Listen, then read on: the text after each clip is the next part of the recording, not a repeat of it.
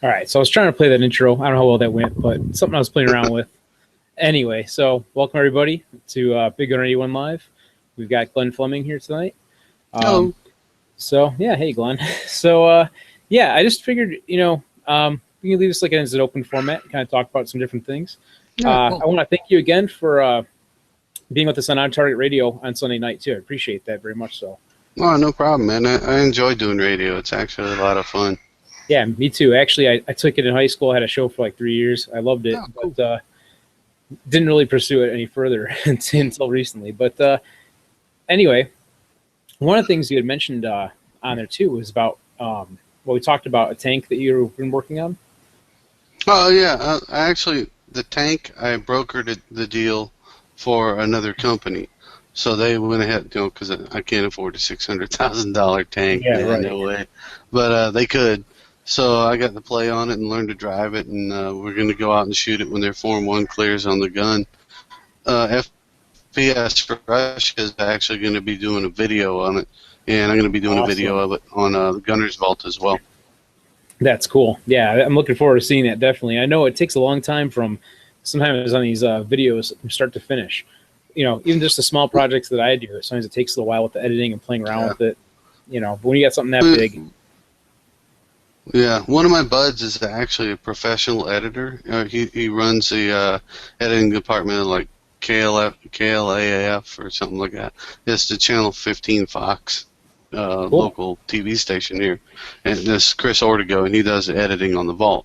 So generally the editing doesn't take too long, but I have a bunch of video from when I saw the tank in Maine, when I went to Houston the first time, and just all kinds of stuff. So there's a lot of video to mash up in there. That's pretty awesome. So you mentioned too about building some of the vehicles. Mm-hmm. I saw a clip of that. What was it, like the FAV or whatever, fast assault vehicle? Yeah, I'm building a little fast attack vehicle. It's the one I have. I found a Chenoweth frame, and it's the same frame, engine, tranny, and suspension as the first generation fast attack vehicle, which is a 2-seat version from the first Gulf War. So I'm modifying that into like the 1.2 version, which has the cargo racks in the side and the radio racks and a bunch of other stuff that the very first version doesn't have. So I just got it back from paint the other day, or from primer the other day, so it's looking real good. That's cool. What color is it going to be? It's right now it's black primered. Okay. And it's going to be olive drab overall, but I'm going to finish it off with a camo coat. Neat. Yeah. Because that's something that's kind of interesting to me, too, that stuff. Because actually, my profession, I'm actually a auto technician, so I work on cars all day long. Oh, cool. And I saw you have videos, at least, I don't know, not on the Gunner's Vault, but your previous YouTube channel with, I think it was a 77 Corvette. Is that right? Yeah, I still have it, yeah. Yeah, very cool. That's on my. I have two YouTube things. I have my personal one, which I don't really post too much anymore. I don't have time. Time's a commodity I don't have a lot of. And then I have the Gunner's Vault, of course, which I tend to post to a lot more. Right. But lately, my dog died and work has been crap. Yeah, it kind of sucked. So we actually got a new dog. I don't know if y'all can hear it, but she's in her kennel, and she's a 9-month-old Doberman and does not like it at all. Oh, so man. She's all, but otherwise she'd be destroying the house. So. That's cool. I mean, no, not cool that she's destroying the house, or would destroy the house. But it's cool you got a new dog. That's sad. It's always a hard thing when you lose your pets. I'm a dog too, so. But yeah, same here. Yeah, I thought that Corvette was pretty cool. You've done some work on that yourself too, right? Yeah, I have. And, oh, look, there's my dog eating a sock right there. And there's my wife trying to get the dog who's eating a sock. Oh, it's my daughter's sock, as my daughter just told me. So, nice. Man, I forgot. Oh, the Corvette.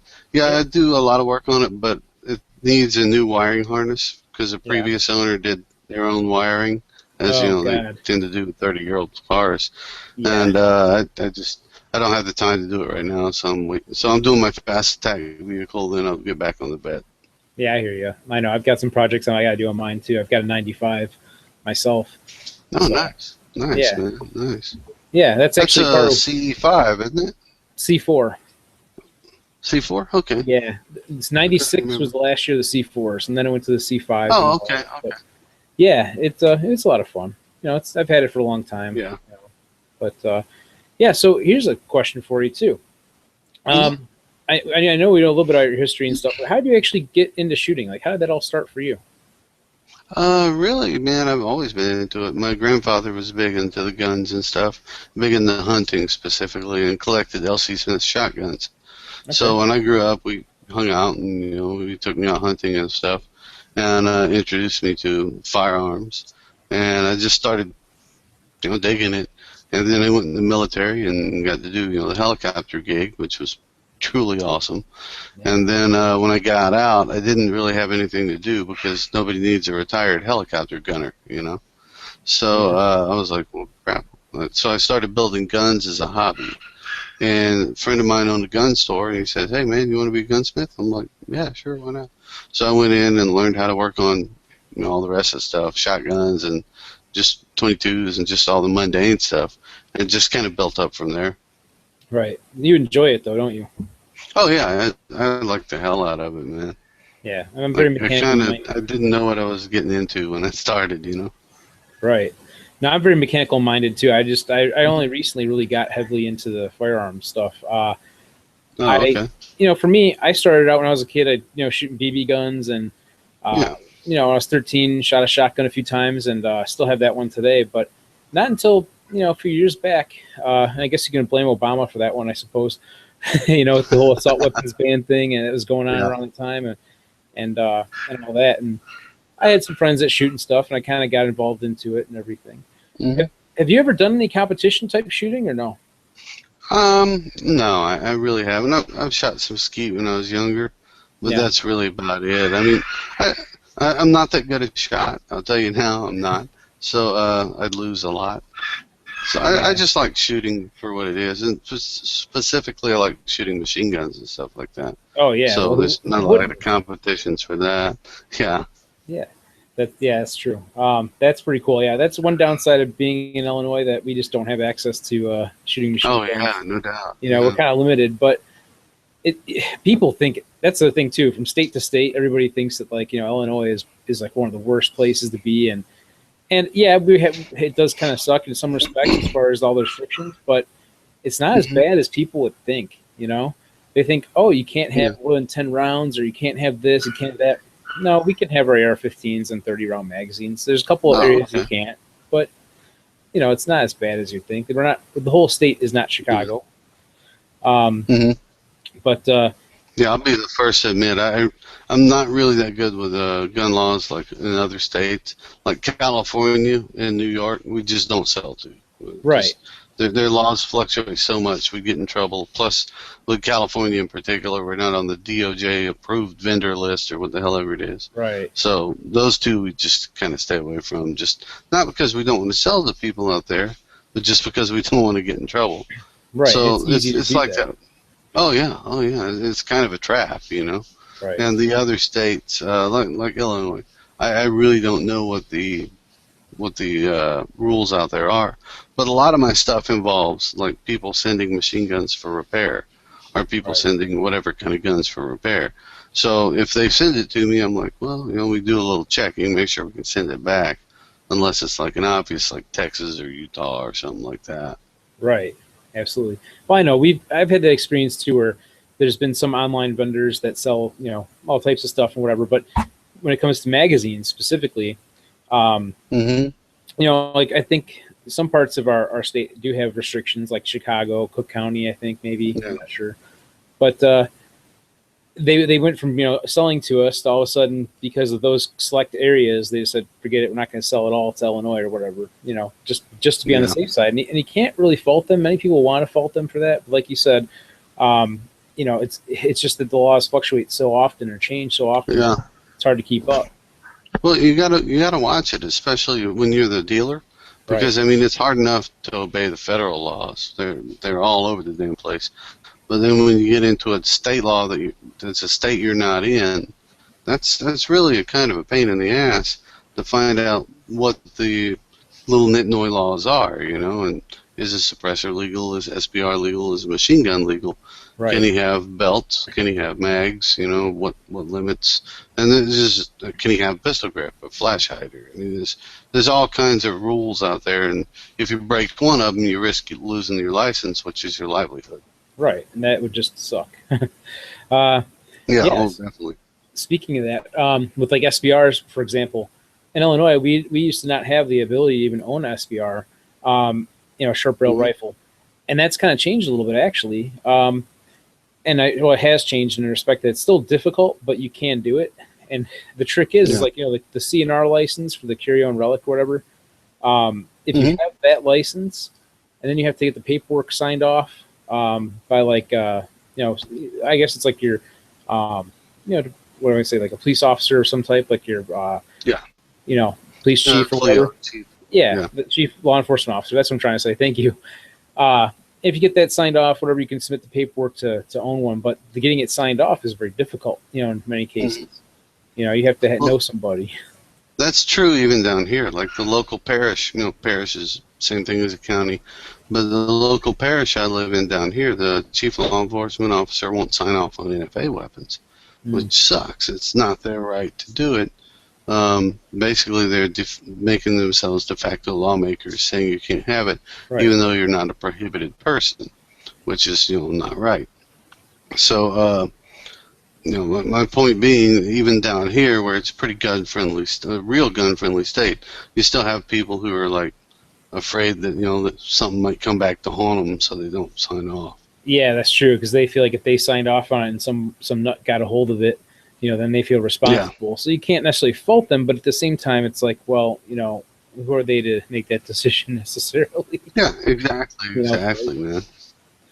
But yeah, so that's kind of cool. And so you're into the shooting machine gun stuff mainly, but is there anything else that you enjoy shooting particularly besides?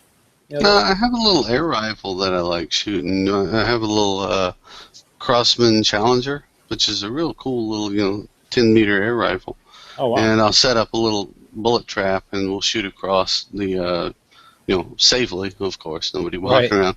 But we'll shoot across the shop into the little bullet trap and try and hit bullseyes on it. It's a lot of fun.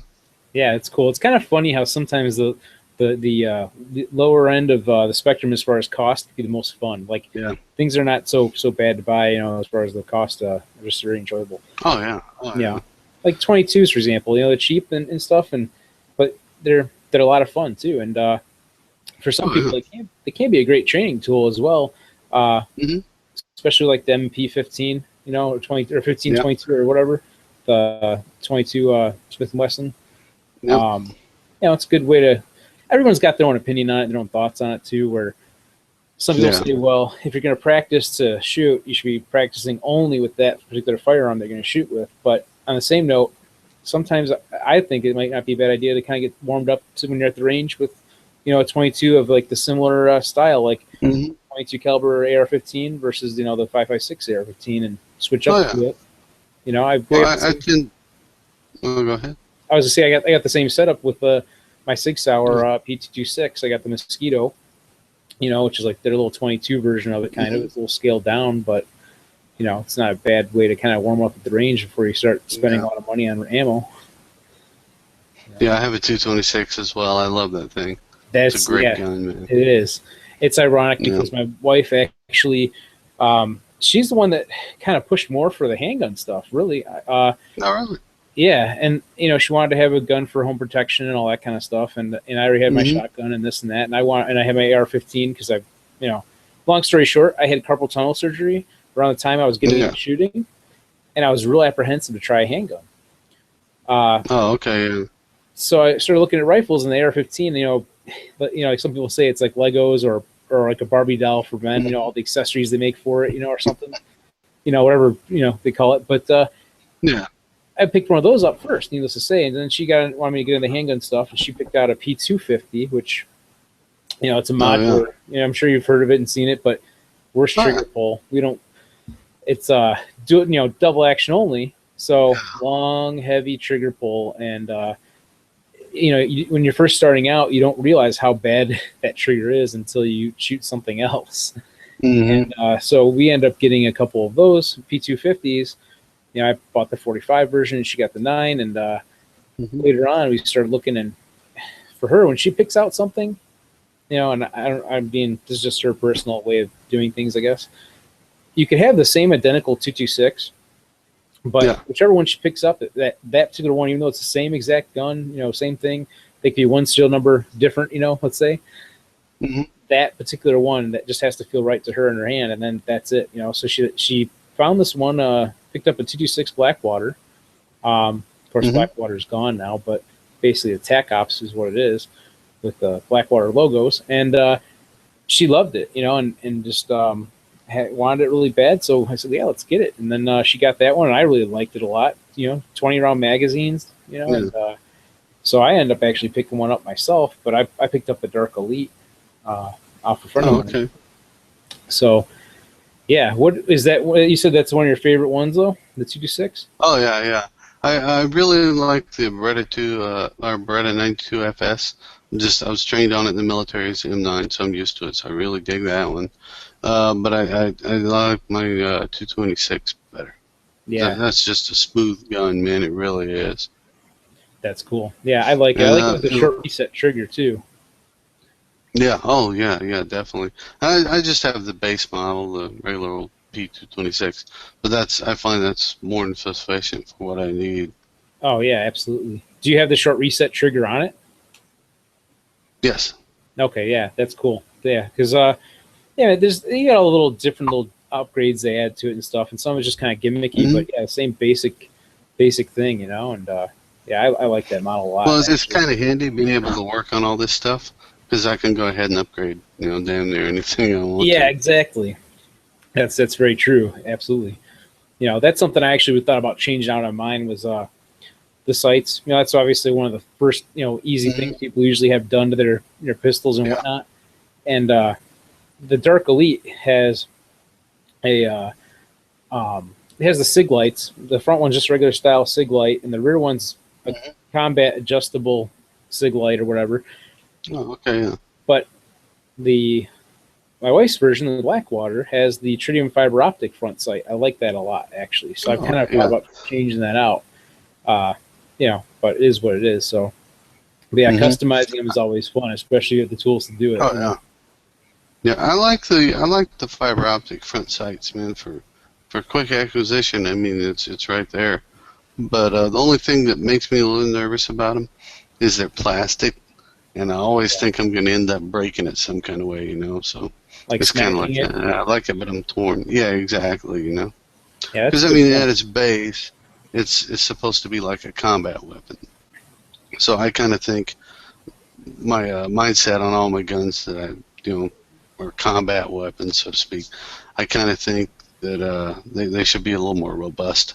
Like if I accidentally drop it or something, or bang it around or something, I don't want anything breaking on it, particularly the sights.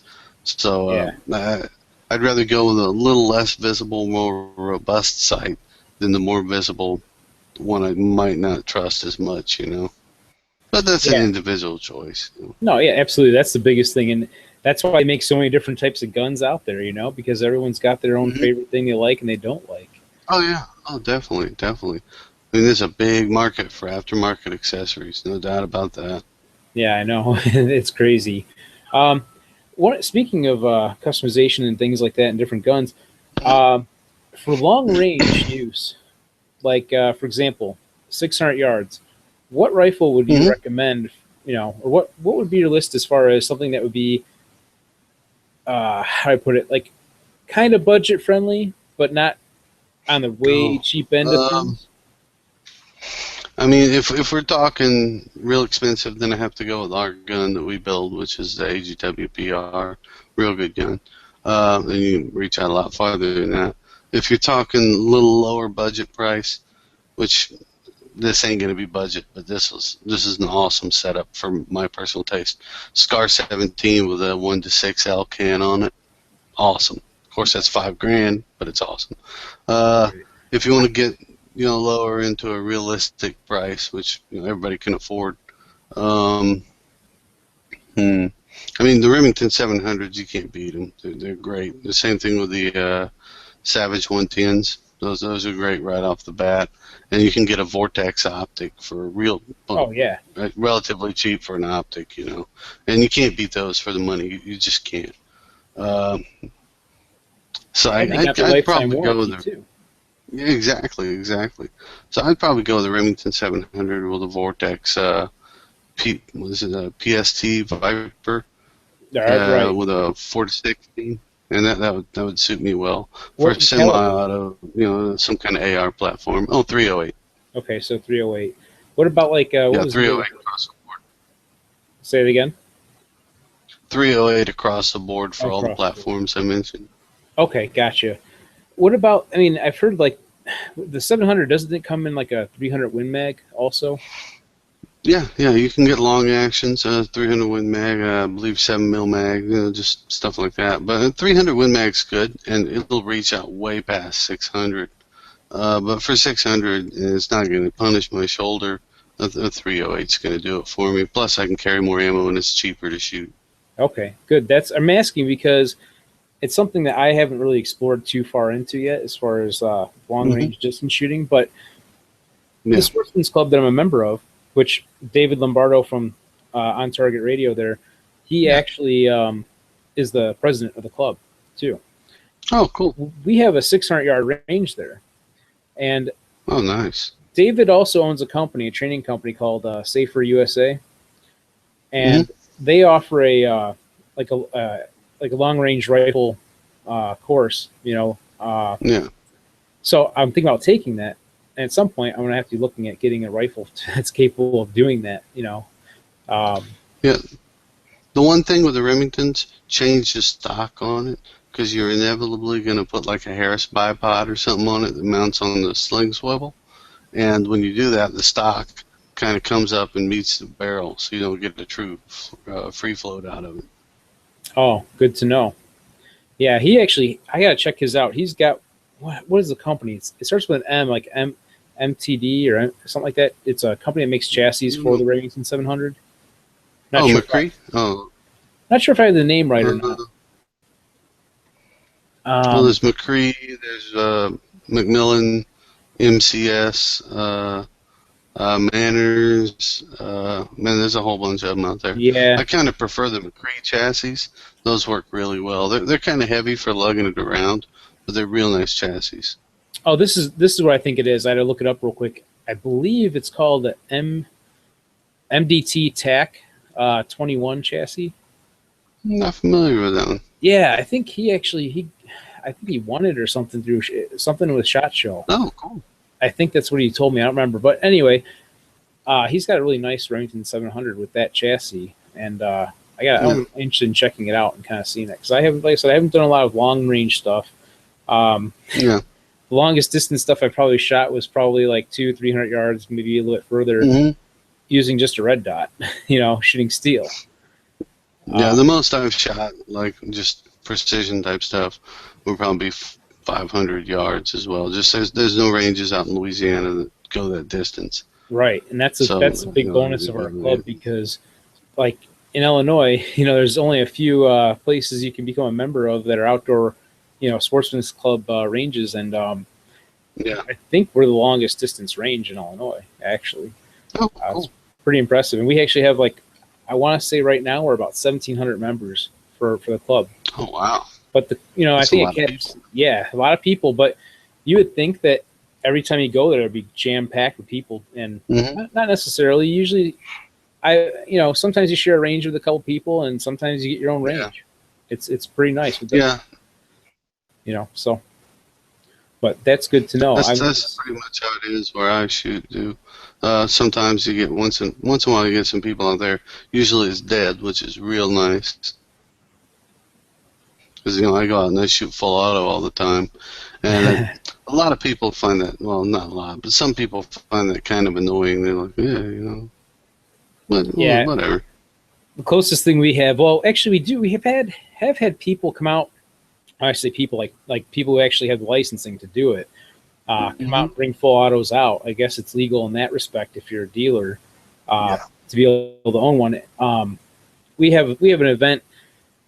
We have a lot of events, but one of them I think it's in September, if I remember right, called the Zombie Shoot, and they have different vendors and people come out, and they have different. I have never actually been to it yet. I'm actually looking forward to doing it this year. I thought it was gonna be something kind of not that cool to go to, but then I started seeing pictures and some videos online, and I'm like, wow, there's actually a lot of cool stuff. There's a lot of full autos out there that you can actually shoot. People bring out, but otherwise, the closest thing we have is our bump fire stocks, as you may have seen my intro video. I don't know if it was real small or what, but anytime you shoot one of those, people always kind of like, hey, they kind of take a look and see what it is, because they're not used to hearing it. But full auto definitely gets, whether it's for lack of a better word, legit full auto, or the bump fire stocks, or whatever kind of little bump fire system you got. It's definitely a attention getter. Yeah, absolutely. It's a lot of fun too, shooting that. But it's got to be way more fun to shoot an actual full auto, though. Definitely. So it's fun, but it's expensive. Oh yeah, I know. That's a good point. I've got a. I went out not too long ago. I was testing out this magazine that a company it's a new company. They're making these 50-round mags for AR-15s, and doing a real quick rapid fire with that. I'm thinking to myself, okay, went through 50 rounds. How much I'm spending just on one mag dump? Not really aiming, just shooting it off, at some water jugs or whatever. But so it does get expensive. I just found out my daughter here had a bug in her room. Mommy has to go rescue her. And Mom has to go rescue her from the bug. So as you can see, this is my daughter Hikari. Say hi, Hikari. Wave. How you doing? She's kind of shy, and like I said, she had a bug in her room. Yeah, so you know how bugs are. Yeah. I don't like it when bugs are in my room either. No, I saw that. I saw a picture of her too, walking around with the airsoft rifle too. Oh yeah, that's pretty sweet, right? Yeah, it's pretty cool. But she's she grows up in a gun shop, so she's pretty good around them all the time. Right. I actually had a conversation with someone earlier that saw a picture. They go, I don't know how I feel about that. I said, well, it's an airsoft. It's an airsoft gun for one, and two, this little one's growing up around guns her whole life. Oh yeah. I mean, since before she could crawl, she was in a gun shop. So. Right. But you got to tinge it with a little bit of common sense. Obviously, we don't let her around any of the real guns, other than like once in a while I'll let her buy the Maxims. She loves Maxims because she can get in there and move them around and stuff. And I'll take pictures of her doing it intentionally to try and piss off Mothers Against Guns or whatever the hell they're called. But so far I hadn't been able to do it really well, so it's kind of irritating. That's funny. Yeah, I know. That's just how it is with that whole thing with going back and forth with the gun control advocates or whatever you want to call them. And yeah, definitely. Those people are a bunch of nuts, man. Yeah, I agree with you. We have that whole thing up here. I don't know. I think it makes national news. There's a gun shop up in it's near Chicago. It's one of the suburbs, I think, or something right outside. Chuck's Gun Shop. And they have the father Fledger or whatever up it all the time, and it's just nuts. It really is. They keep trying to get his shop shut down or something. I've never actually been up there myself. I probably should go one day just to check it out and see what it's about, what it's like. Buy a t-shirt, give him some support or something. Exactly. And that's my thought. But it's kind of like when they have these things going on, these protests. I don't know that I really want to go to protests, but I want to support them too. So like you said, probably go in there and buy something. That's kind of what a lot of local gun guys were talking about in the various forums and things. They say, go out there, go buy something, something small, even just to give them some support and and all that. But it's kind of nuts. And the funny thing is, a lot of these people who are against guns seem to have very much a violent approach to these things. Like the people who say, "Oh, if I see you open carrying, I'm going to do this to you or that to you, or whatever." It's just like, okay, so you're against the whole thing with guns and you think they're violent and everything, and you want to inflict violence on people that like guns. Well, the anti-gun people just they don't get it. I mean, that's the best way to say it. They're scared of guns, so them thinking they're scared, by all means they should ban it because they're insignificant. Well, not insignificant, insecure. Told you I popped that flex roll for my back. I'm like, ah. But yeah, they just don't get it. I mean, in a way, they're kind of cowardly. They really are. Yeah. So, well, anyway, I'm gonna say right now it's about 9:30. I'm gonna end our broadcast for today, and so everybody who's been watching, thanks for watching, and appreciate it, and thank you, Glenn, again for your time. Oh, no problem. It's been great, talking to you. Yeah, you as well, man. It was pretty cool, and apparently I have to go rescue, or actually get rid of a bug, and rescue my daughter from it. So. Yep. Daddy stuff. Fatherly stuff. Yeah, oh, definitely. So, all right.